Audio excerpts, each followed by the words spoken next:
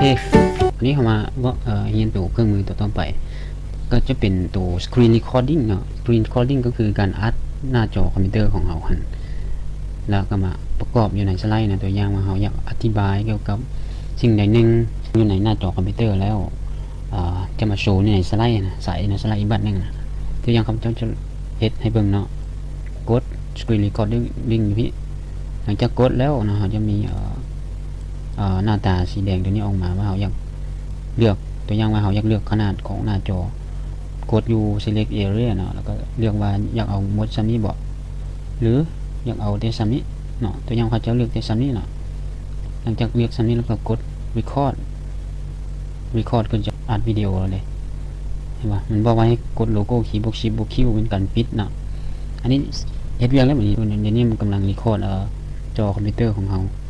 อันนี้เขาจะลงสายมึงเด้อลองเฮ็ดเดี๋ยวนี้มัน record แล้วก็โอเคสมมุติว่าเราอยาก record ได้เท่านี้เนาะเราอยากจบวิดีโอหน้าจอที่ว่าเรา record อยู่ PC ของเรานะอยู่เดสก์ท็อปเรานะเราจะกด Windows Shift แล้วก็ Q อยู่ในคีย์บอร์ดหลังจากนั้นจะได้เลยวิดีโอมันจะออกมาเลยอยู่ในสไลด์ของเรานี่เราสามารถลิ้นได้นี่นะการปิดนะอันนี้คือเดี๋ยวนี้มันกำลัง record ลิ้นได้เลยนี่จอคอมพิวเตอร์ของเราตัวเมื่อกี้ข้าพเจ้าลงสายมึงเด้อนี่ลองเจ้า record ไว้นี่มัน record แล้วนี่เลยนะโอเคสมมุติว่าเราอยาก record ได้เท่านี้โอเคจบตัวนี้เนาะสำหรับเครื่องมือตัว